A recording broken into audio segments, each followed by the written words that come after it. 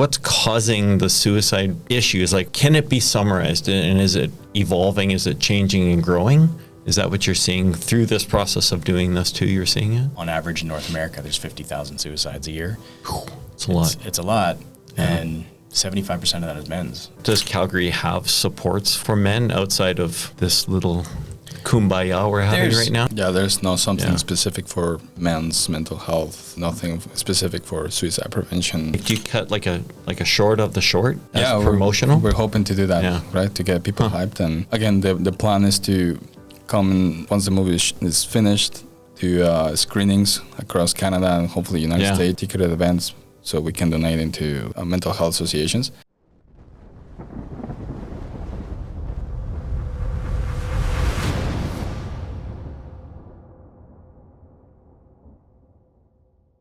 All right. Well, welcome to the show. Thank you very much, Jesus, thank you. Welcome to the show. Thanks Glad you could make it. So this is the Bold Strong podcast, and we kind of cover everything. So when you're here, a little bit of a different topic today, which is kind of exciting. So you guys you're from Calgary, so set the stage a little bit. That's kind of tongue in cheek, but you guys are working together on a project right now, which is pretty cool. So maybe just as a big opener, I want you to tell us about the project because it's kind of neat and it's not here yet. So fill us in. Yeah, absolutely. So we kind of created the idea for Check Engine, which is about men's mental health and suicide prevention.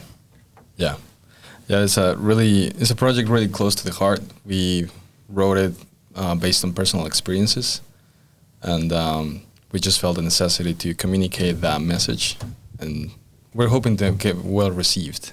Yeah. Have you done films before, or is this can't be the first time you picked up a camera? No, not at all. We're filmmakers. We're both full-time actors. I have a production company. I have a production company of my own, and then we both have also another production company joined with Chad Rook. So the film is our 24/7. Yep. Cool. Yeah. Cool. And then, so you got into this project. So just maybe a bit more about what's this film about? Give us some background. And yeah, so it centers around a group of guys in the motorcycle community. Okay. And the reason why with the motorcycle community is there's such a brotherhood there. I just recently started riding bikes in 2020. Met a lot of really great people. My friend group started riding. We were riding together. And then my buddy passed away last year from a separate experience, but we lost him from our group, and he had just started learning to ride. So I struggled a lot with that loss, depression, withdrew from family, from friends. And when Jesus came to me with the idea for making this short film, and kind of told me his experience with his loss, we just really connected on that feeling of what we went through. So we really came up with the idea, and then within 48 hours, we had a full flushed out script, and then kind of went from there. And it was probably the most therapeutic thing I've ever done to deal with that, So, I mean, that's exactly the message. Just get it out, Don't bottle that up. Just put it out however you have to. Talk about it, write it, film it, whatever you do. Just get it out of you. Yeah. It makes a big difference. And if someone said a guy in a cement truck driver died in a cement truck accident, we'd probably all know about it. But if it's a bike accident, happens so much. Yep. So, but your friend died last year? Yep. His name wasn't Guy, was it? No. Oh, good. Whew. Yeah, a friend of ours named Guy died last year. Just couldn't even really tell you what happened, but he just going too fast, maybe had a heart attack on the bike or whatever. So, scary place. So why do guys ride bikes? Maybe that's an interesting question as it applies to men's health. It's actually, riding bikes is such therapy. It's a therapy for us. And I think anybody that you ask him that rides motorcycles and like to do that, they say that's my escape, For so many people it's the gym. For so many people it's possibly go to the movies. I don't know. For a lot of people it's just, put your helmet on, your gear on, and go for a ride. It's also kind of why we center this into a motorcycle community, because we just, as a man, we don't talk about our problems, right? So what we look for extra spaces to escape of our problems and our thoughts. And again, for so many people, it's just go for a ride, right? That's our escape. Yeah, I was riding up until I got hit last year, and then I haven't ridden quite so much. But I agree. And it's a lot of times I feel like you get on a bike and you feel like you're that close to death. Like death is, it's a few inches away. Yep. And you're just right there, and it's so visceral. Like you don't experience that so much with this. Yeah. Like we're not going to die. Nothing's going to happen. There's nothing bad can happen. But you get every second you're on a bike. You're just happen. Well, and you're so grounded in that moment. Yeah. Right? You have to be so focused on what you're doing. You Yeah. know, everything around you, the movements of the bike, the road conditions. If there's a pothole 10 feet in front of you, what's that car doing to your left? What's the car doing to your right? You're so focused in that moment. There's nothing else going on in your head, and it's clearing. Yeah. Right? I remember when I got hit, it was, I got sideswiped. I got kind of T-boned. Yeah. And I remember at that second, like the amount of thinking that went through my head as he hit me. Oh, yeah. It was like I was measuring how far the lamppost was. What do I need to do to stay upright? Like, how do I keep the bike from falling over? Yeah. How do I avoid that? How do I bring it to a stop? Like, it was crazy how like the amount of thoughts goes on in like half a second. It was unbelievable. You go to like Einstein level mathematician, like instantly. Yeah. And you're very awake. Like you're very, like everything is, you're very alert to what's going on. So, yeah. And then, so, but back to the movie or back to how long is a movie? That's a short. When someone says short, because I think Pixar did shorts, where they just have someone kind of squash the lamp. Then it's like, it's a little movie. Interesting. So anywhere between 1 minute and 20 minutes is a short. Oh, okay. If you start going over 20 minutes, you're getting into what they call a medium short. Yeah. So we're within the 15-minute thing. Yeah. And then how do you, and I guess there would be there's some difficulty in a short because you have to do character development within a really compressed time frame. Yeah. And then ultimately, where does this get distributed? Like, how do you get this video out? Well, we're hoping to enter into the next yearly round of film festivals. Oh, okay. Part of the reason why it's only a 15-minute short because once you go over that 15-minute mark-ish, a lot of festivals don't let you enter into their festival because it's just too long. There's so many submissions that they need to consider what they're going to put on the screen. And and besides that, we're actually planning to do our own hostings, ticketed private screenings, and it's not on top of being just a private screen. We want to donate the procedures partially into some of the mental health associations of our church or like the public, public. But that money that we're gonna get from those ticket events, they're gonna go into the mental health people that make a difference. Yeah, people that need it. Yeah, people that need it. Are you familiar with the organization called Men's League? I think it might be MENS and then League, but it's we did a podcast with this guy. He's in Calgary, pretty great guy. He'd have to check it, and I'll add it to the description of this. But he's got an organization that in some ways it kind of is in parallel with what you're doing, where you got to get men talking about men's stuff, otherwise you just have this bottling effect, and then it just takes that one little nick on the side of the bottle and the bottle bursts. So 100%. Anyways, it would be kind of worth checking him out. For sure, that'd be a good one. So anybody that's in that same kind of league as we're trying to get into, then he'd probably get really behind it too. It's not his full-time job or anything, but it's that'd be a neat one. Yeah, I think anything to spread the word on not just men's mental health, but mental health in general, right? Yeah. Like we keep saying, mental health is so wide, and we're just poking this little bit of the information. Yeah. So anything to help suicide prevention, anything, it's helpful. What do you? And I guess you guys are probably more movie makers, to kind of put it that way, than social scientists that are studying it. But what do you, like, from your exposure now to us anecdotally, probably what's causing the suicide issues? Like, can it be summarized, and is it evolving? Is it changing and growing? Is that what you're seeing through this process of doing this too? You're seeing it? That's a good question. That is a good question. That's a very good question. So, like I mentioned, mental health is so big, right? We're just spoken just this little bit of the spectrum on men's mental health. And based on our experiences and people that we have talked about, the reason that's causing suicide so much is because men, and let's talk about men for a second, we just really don't know how to express our feelings. Women on the other side, they're all about feelings, or mostly about feelings, right? I don't feel good, they start crying, great, this is their escape, nothing wrong with that. But as a man, we grow up, since we were kids, of, you're a man, suck it up, right? We're not allowed, per se, to show our emotions. We're not allowed to give a step back, reconsider what we're doing, and keep forward, right? I think most of the men, again, we're like, yeah, you're a man, suck it up. There's no room for feelings. You gotta keep providing for your family. You gotta keep going. You gotta stay with your job. You have to do this and this and this. And then what? There's really nothing else to do, right? So hence why a lot of people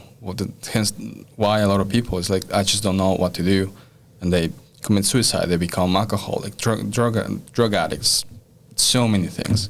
Yeah, that's based on our experiences, I think. Yeah. And going through the research that we were doing, and I think it's evolving as much. I think it's just becoming more to light, and seeing a lot more of the statistics coming out that, on average in North America, there's 50,000 suicides a year. It's a lot. It's a lot, and 75% of that is men's. Yeah. It's a huge number, so roughly 41,000 men are killing themselves every year, just based on financial struggles that they're having, issues with their partner. Is that North America, or that's that's North America? Yeah. So it's staggering, that number, and just because they're at home and they don't feel like they can talk with their partner or their group of friends, they don't want to burden them with hey, I'm struggling with work, I got no money, this job is killing me, whatever.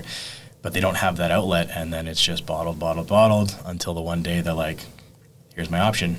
Yeah. And out I go. I don't know, and this is almost anecdotal because I can't remember who was talking about it, but it was a social scientist recently was talking about,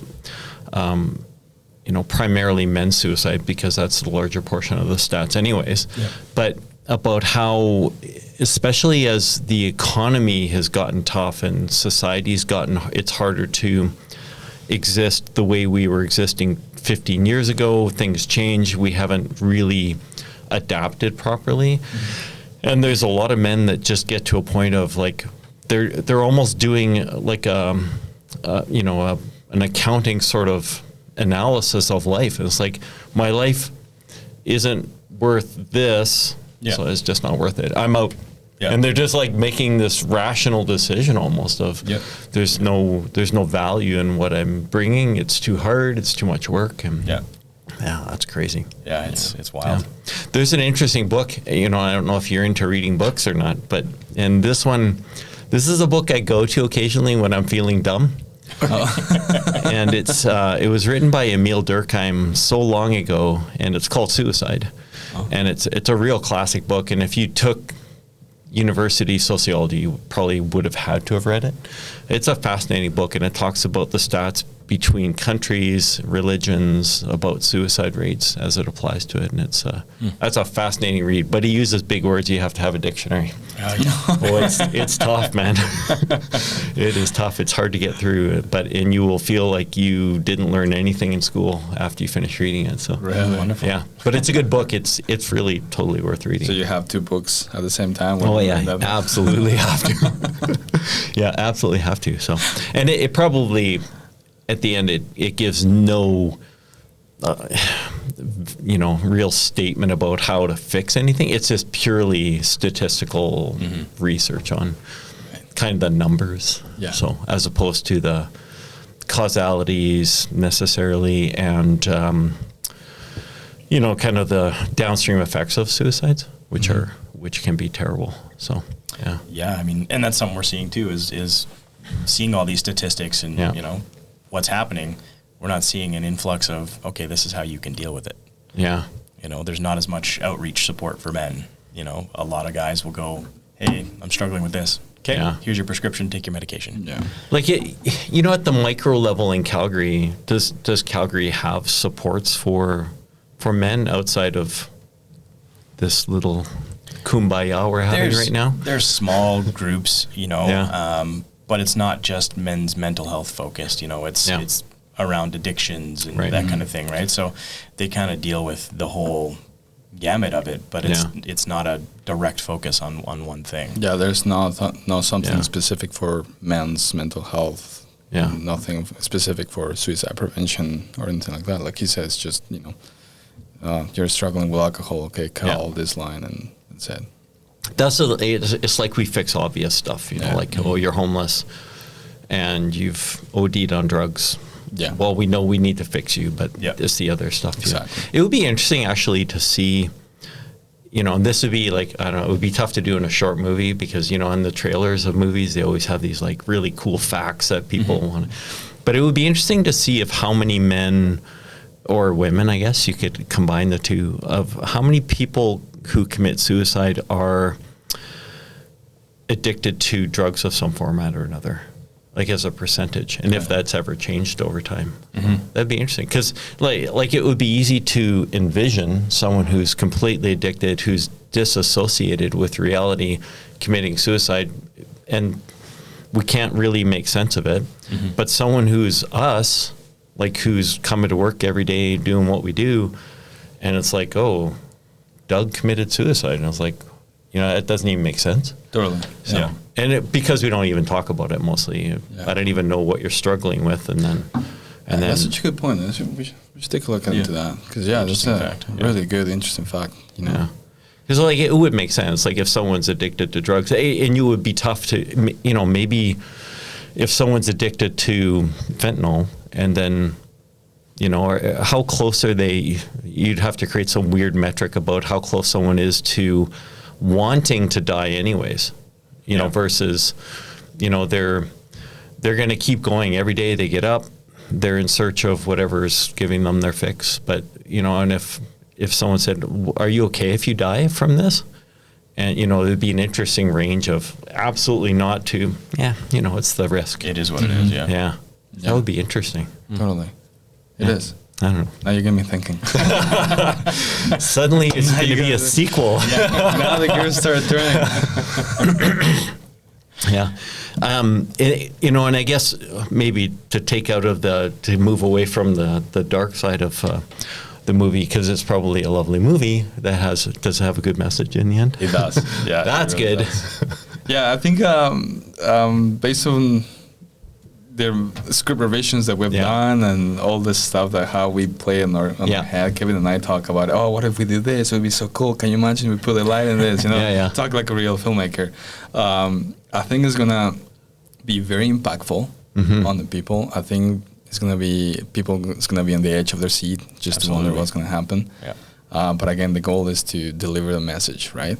But what I'm really hoping to get out of the movie when people watch this is, if you just watch this, I want you to have in your head to say, oh shit, I probably should have reached out to my friend that I haven't reached out in weeks or months, and I know he was going through some heavy stuff, right? Maybe after this movie I'll pick up the phone and just give him a call. Yeah. That's what we want, right? Because that's the best therapy that we could do. Yeah. Even last night we went out for some wings, and introducing some of my friends, and one of these friends was going through some tough breakup, and he even said at the end of the night, right?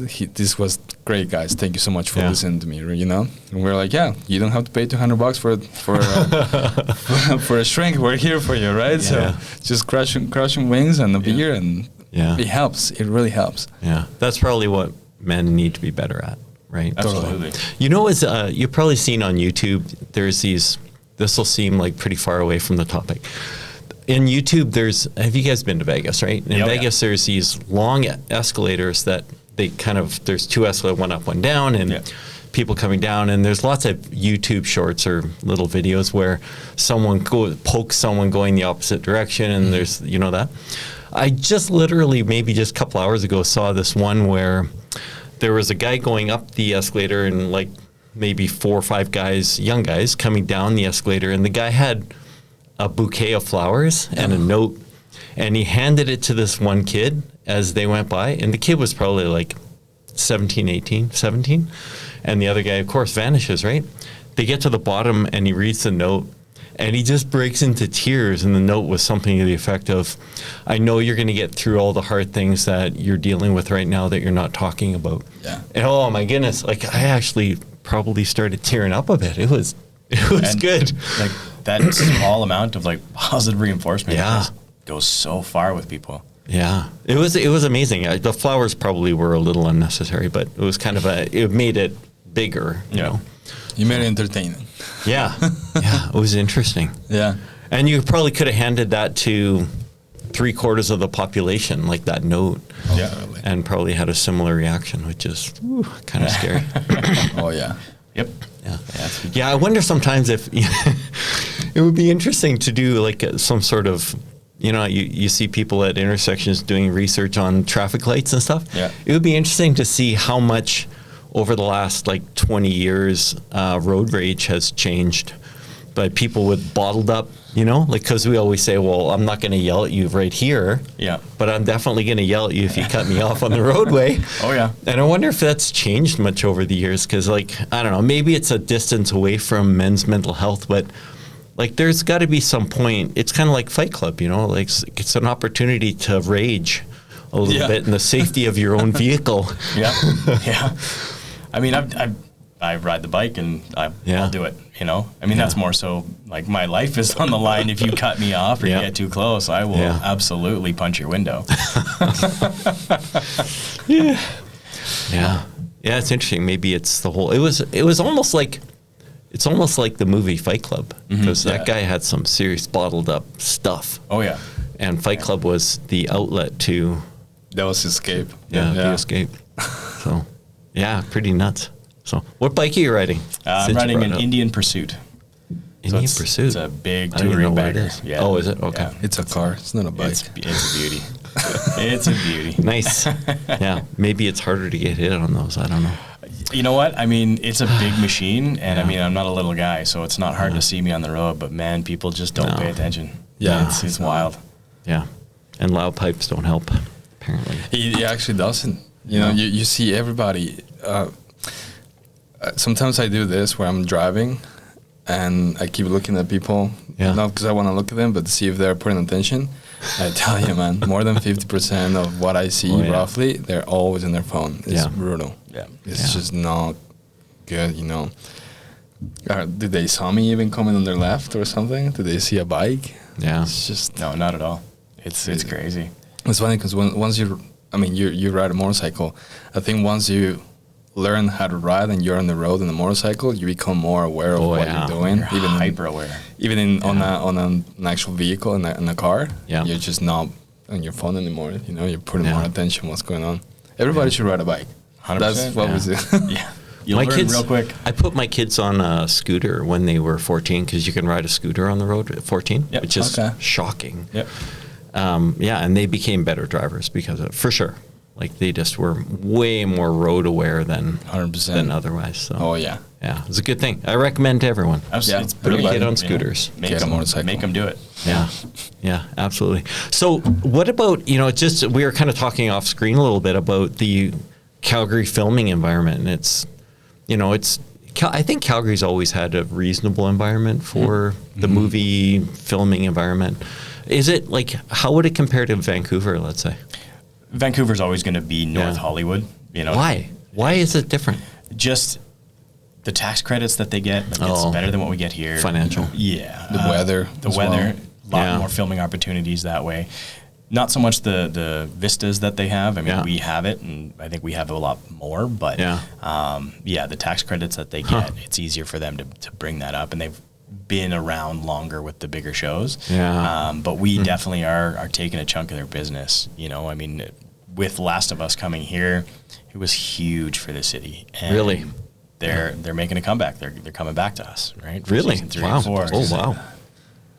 I don't think you were supposed to say that, but Whatever. It's going to be on the news anyway. We're speculating. You know, That's and cool. there's lots Wow. of big titles that are coming Yeah. here. You know, lots of big actors that are seeing what's coming out of here.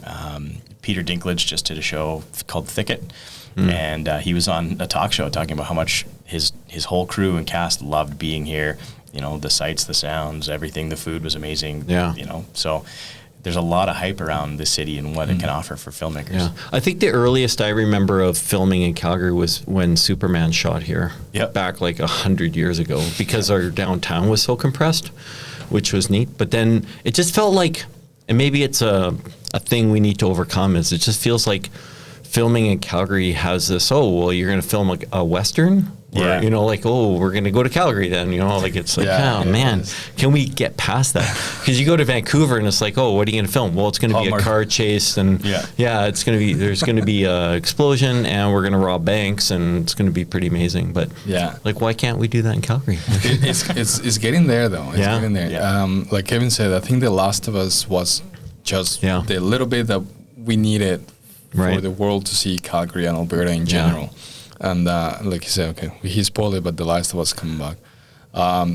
Just this year, Netflix signed an agreement with was it just Alberta or Calgary? I can't remember. Yeah. You know, Netflix is here to shoot most of the movies. Oh, wow. And rumors have heard is that actually LA and Hollywood, they're not doing much right now. No, a lot of productions are. A lot of productions are in Canada or in the Wow. UK, right? So That's good. Calgary's taking a good good news. advantage into Yeah. let's film here. And as long, we'll they're take it away pushing from for it. Edmonton. Yeah, there's nothing happening in Edmonton. Sorry. Edmonton dead. Come to Calgary. Yeah, well, I remember we've been downtown working for a long time, so we saw a lot of the filming that was going on for that, and it was pretty neat. Yeah. Yeah. Yeah, we both were. Both worked on it, yeah. Oh yeah. Yeah. Well, we did background, but it was fun.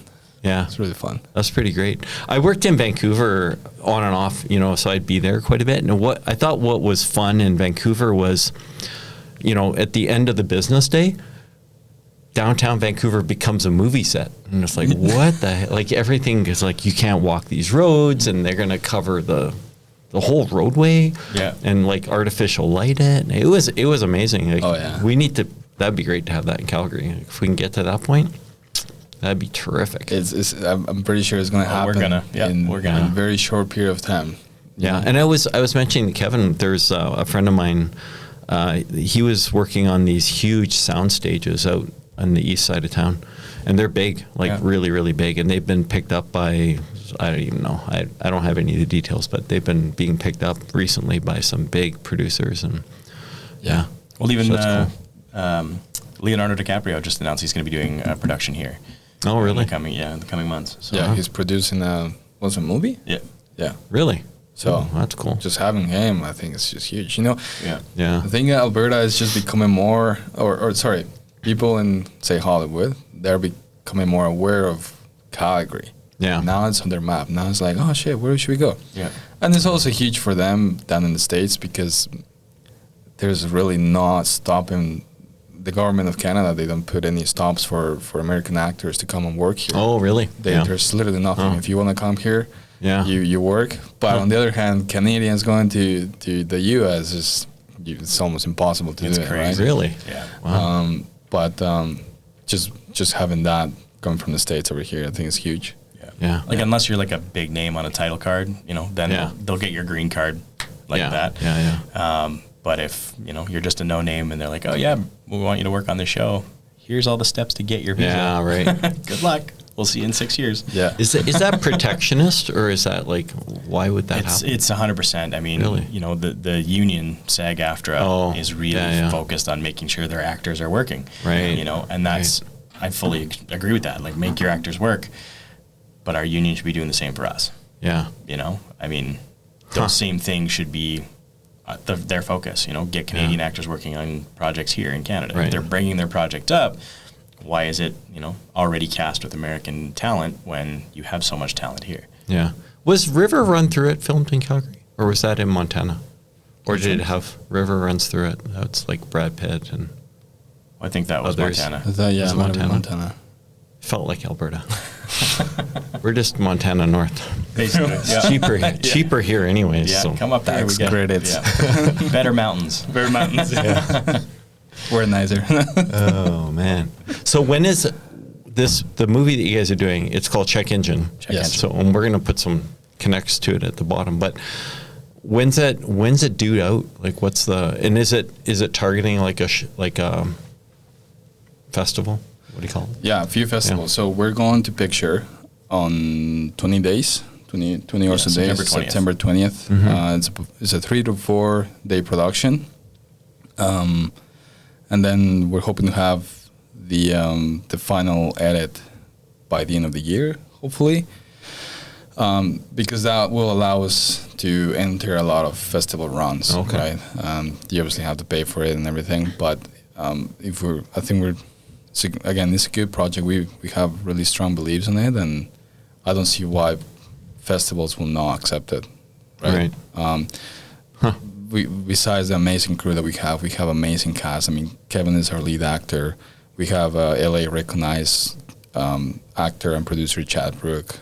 We have great local talent, Norella King, Daniel D'Angelo, Kevin Logan, Faith Luzon, which is also watched us in LA doing a little movie. So it's high caliber talent that we're shooting this movie, right? So it's a plus for this production to have amazing talent, and that they're just not doing it because of the work, but they're doing it because of the message, right? They saw the script and they say, I'm in. I want to be in here. So that's super pretty grateful great for them. Yeah.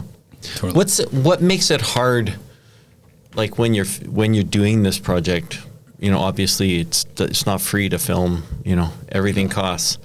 Like, what's the hard part about doing it? Like, it sounds like anyone can write a script. You guys popped it off in a few minutes, so anyone should be able to crack one out.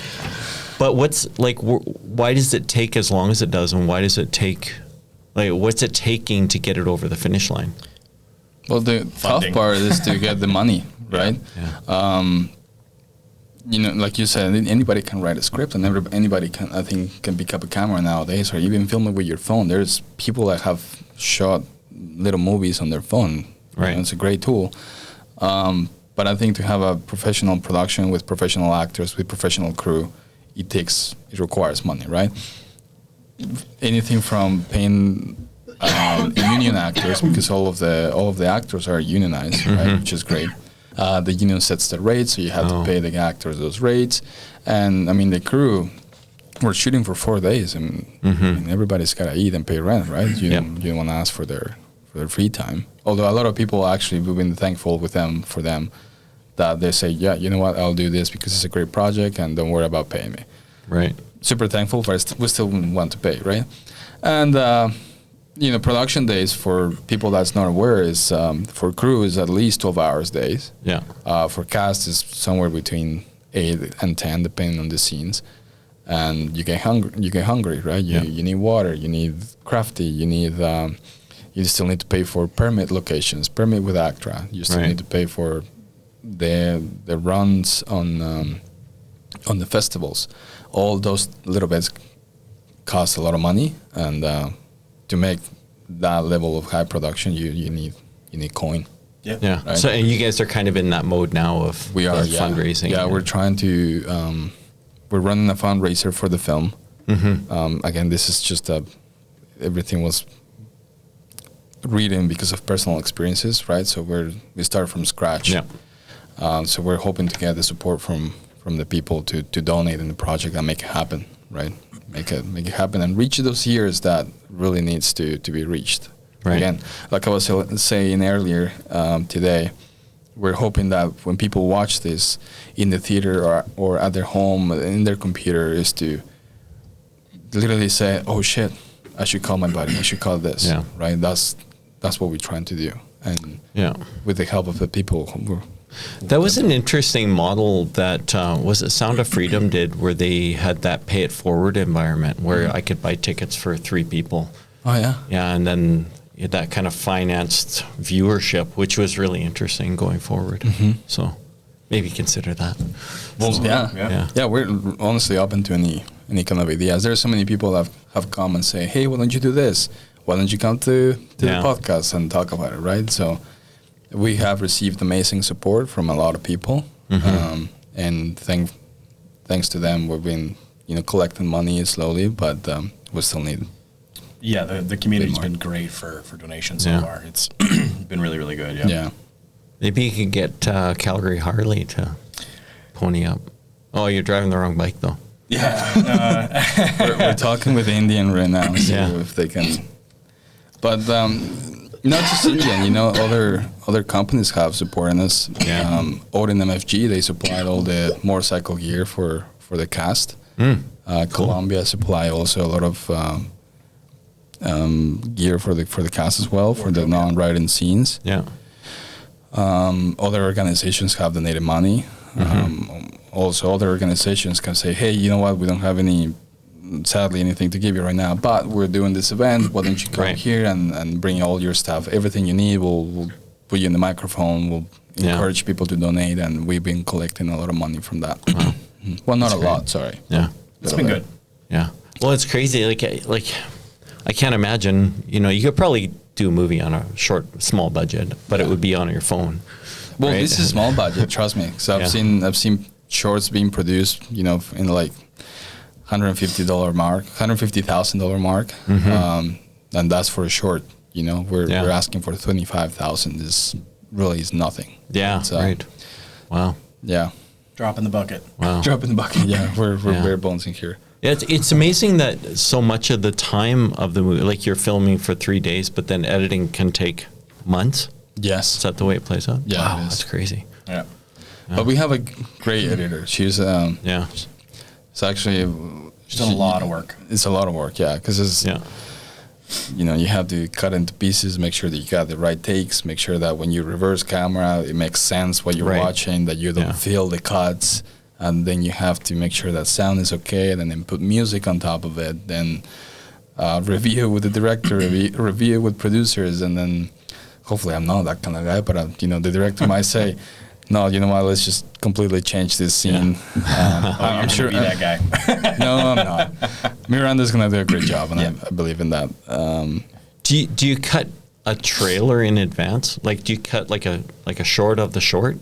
As promotional. We're hoping to do that, right? To get people hyped, and again, the plan is to come once the movie is finished to screenings across Canada and hopefully United States, ticketed events, so we can donate into the mental health associations.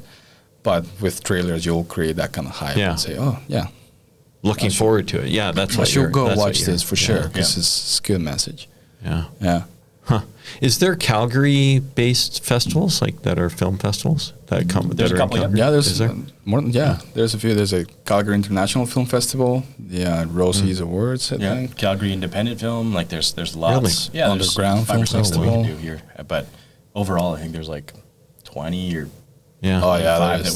we could submit to. There's Wow. one. So, there's a that's new one terrific. coming up called what was it? Homegrown? Homegrown. Yep. Right. Huh. Our buddy Guillermo is doing it. So, and it's funny that we say it because it's the film in Calgary is just growing so much and he's so passionate that we have all these film festivals that Edmonton don't have it. They have that Fringe Festival, which is fun. So Love you, Edmonton. Good cover. yeah. Huh. That's cool. It's not to take away from this project, but is there other projects down the road? Like, do you have plans for what comes next and projects afterwards? Kevin will talk about it. We've got a few. With our other production company, we're actually working on a feature film, which is going to be a lot of fun. With the 3 of us, we're doing script right now. We've had our graphic designs done with the characters and the environments, and it's going to be a big one. Oh yeah. Yeah, that's Like gonna be feature great. as in hour and a half type length? We're probably going to hit 2 hours with all the content that Yeah, we're it might gonna not get be a through. feature. Might be a full movie. Yeah, it's going to be a Wow. long movie. Yeah. That's great. Yeah. But that's going to be a great project. You know, it's we're us three, and this is the other production company we have, Syndicate Films. Chad Rook, Kevin, and myself. We're writing it. We put all the concepts together, all the characters, and I'm gonna sound like Chad on this message, but Chad always said we have to have that cool factor, and we focus on that cool factor. Right. And we have the cool factor. Yeah, Right? I just said the cool factor. It's gonna be awesome. People's gonna love that, I think. Yeah. Yeah. That's pretty great. Yeah. So other than raising money to do it, is there any other hard part to the actual getting it over the finish line? Stay in the schedule, I guess. Yeah. Scheduling, making sure that, you know, actually when we're on camera that everybody's focused, doing what they got to do, because you know, we have to be a 4-day shoot. Yeah. No other time frame to do it. You know, it's going to be quick. It's going to be fast. You got to be on your mark. You got to know your lines. You can't be, oh, sorry guys, I messed this one up again. Let's try. Yeah. You know, it's got to be real fast. Yeah, that's why we have really good cast, right? People with experience, people that actors that have been on set multiple times. Right. It makes a difference, right? And not just the actors, but the crew. The crew just makes a difference.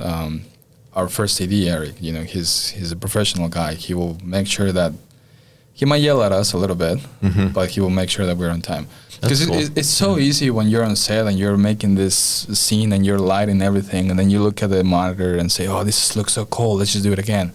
And then out of the sudden, this 3 hours has passed, right? And Yeah. oh my God, we have other 20 scenes that we have to shoot. Yeah. So every single person on this production, not just this production, but any production, you ask any director or producer, they make a difference, right? Yeah. Everybody is essential. Everybody. Yeah. I would imagine like in a production like this, you'd have kind of this, you know, groundswell of excitement about actually being part of it too, versus, you know, like, oh, we're doing an action movie and it's like, okay, we got to go from A to B, and that's where we have to get to. But you probably have actors and other people involved that are excited about the message and the story behind it. So yeah, I mean, all of our cast and our crew, you know, everybody's dealt with something in mental health, whether it's their own or a friend or family member. So they were all on board. Like, it was like, yeah, let's do it. Let's make it happen. Really? I'm super excited. That's cool. That would make it a good call. Yeah. Like make it an easy phone call. Yeah. And I mean, it's all local talent. So we have everybody is local. Our cast are all actor members. Yeah. You know, so I mean, we're utilizing the talent that's here. So is it just like in Get Shorty where there's like an actual script that's been stapled with a little title in the middle, and you're handing it to these people and they read it and it's like, yeah, this is great? Or is that the way it works? We didn't share the script. We kind of gave them the rundown of what it is.